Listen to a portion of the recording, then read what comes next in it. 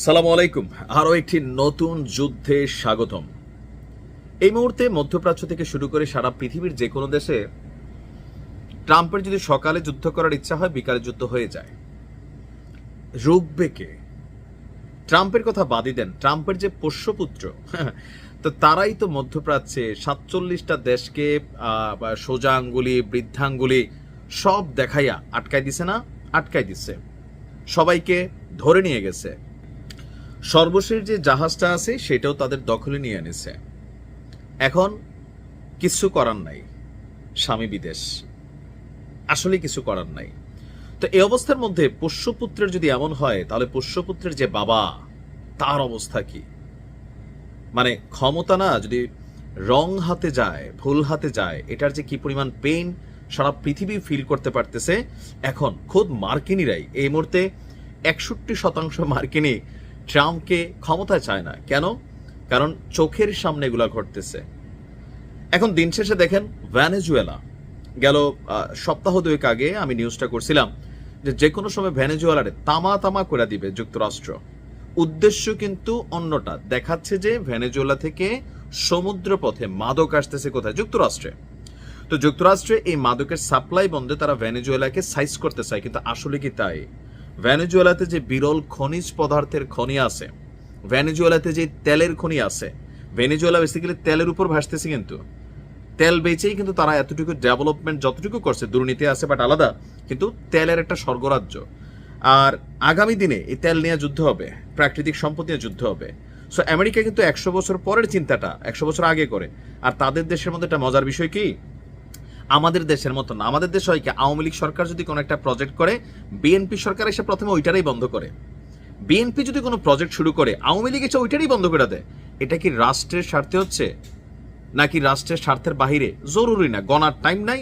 আর আমরা অশিক্ষিত বাঙালি মূর্খ, আমরা মনে করি যে আমাদের বস ইজ রাইট। কূটনৈতিক সম্পর্ক সেম। আওয়ামী লীগ আসলে ভারতপন্থী হওয়া শুরু করে, বিএনপি জামাত আসলে পাকিস্তানপন্থী হওয়া শুরু করে। এমনকি আমরা যারা আছি আমজনতা, আমরা ভাইবা নেই দল ভিত্তিক ওই দেশটা আমার আপন, কোন দেশের সাথে কোন স্বার্থটা এইটা ভাবি না।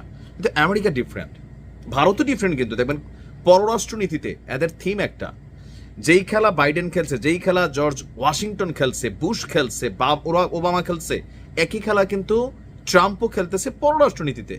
কারণ এটা রাষ্ট্রের স্বার্থ যে ভেনেজুয়েলার তেল যদি হজম করা যায়, কে পাবে? আমেরিকা পাবে, আমেরিকার রাষ্ট্রটা পাবে। সো যুদ্ধ দরকার। আর ফাইনালি সেই দৃশ্যপরির সামনে দেখলাম যে, গতকালকে দেখলাম সামরিক বিশ্লেষকরা বলছেন যে পুরো ভেনেজুয়েলাকে দখল করার জন্য সকল রকম প্রস্তুতি কমপ্লিট করা হয়ে গেছে। ইতিমধ্যে পুয়ের্তো রিকোতে মোতায়েন করা মার্কিন সেনারা, মার্কিন যে সেনাবাহিনী আছে, তারা ভেনেজুয়েলার অঞ্চল দখলের জন্য একটি অভিযান শুরু করতে সর্বোচ্চ প্রস্তুতি নিয়েছে। বিশেষজ্ঞরা বলছেন যে যৌথ বাহিনী এখন ভেনেজুয়েলার বন্দর এবং বিমান ঘাঁটির মতন গুরুত্বপূর্ণ কৌশলগত লক্ষ্যবস্তু দখল করবে এবং নিয়ন্ত্রণ নিয়ে নেবে।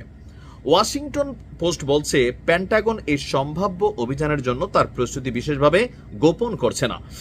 অলরেডি সমুদ্রে আপনার যুদ্ধ জাহাজ, পারমাণবিক সাবমেরিন, F-35 স্টিলথ যুদ্ধ বিমান চিনছেন তো? মানে এসএস তো চিনেন, আমরা নর্মালি বাড়ি ঘরে যারা লাগাই। তো এসএসটা হয় কি, যে খোলা জায়গার মধ্যে যদি আপনি একটা সবুজ ঘাসের মধ্যে একটা এসএস দেন, এটা কিন্তু আপনি বুঝবেন না। কেন? আশেপাশে সবুজটা এটার উপর ছায়া পড়লে মনে হয় যে এখানে কিছু নাই। তো এখন যেই উন্নত প্রযুক্তির যুদ্ধ বিমানগুলা, এগুলা স্টিলথ প্রযুক্তির হয়, মানে এটার বহিরাবরণটা এমন ভাবে হয় আকাশে উড়লে বোঝাই যায় না এখানে প্লেন আছে। ওই রকম F-35 স্টিলথ যুদ্ধ বিমানও সেখানে মোতায়েন করছে। এখন সার্বিক তথ্যপাত্র বলছে যে কোনো সময়, আজকে অলরেডি একটা মানে মিনি ছোটখাটো নৌকা উড়াই দিছে, 3 জন মারা গেছে ভেনেজুয়েলার। বলতেছে যে মাদক নিয়ে যাচ্ছে, উস্কানি দিচ্ছে। কিন্তু এখন ভেনেজুয়েলা যদি ছোট্ট একটা অ্যাপ্লিকেশন চালায়, মানে ছোট একটা অভিযান চালায়, সাথে সাথে পুরো ভেনেজুয়েলা নাই হয়ে যাবে। তবে এই যুদ্ধটার মধ্যে পরাশক্তি কানেক্টেড হবে নাকি হবে না? আমার ধারণা হবে না। কেন হবে না? কারণ এটাও আমেরিকার একটা অংশ। সো এখানে লাইক চীন অথবা রাশিয়া এখানে আপনার কনসেন্ট্রেশন দিবে না। এমনি প্রতিবাদ জানাবে, জাতিসংঘে কথা বলবে, বাট এর বাইরে কিছু হবে না। দেখা যাক এই যুদ্ধের পরিণতি কোন দিকে যায়। ভালো থাকুন, আসসালামু আলাইকুম।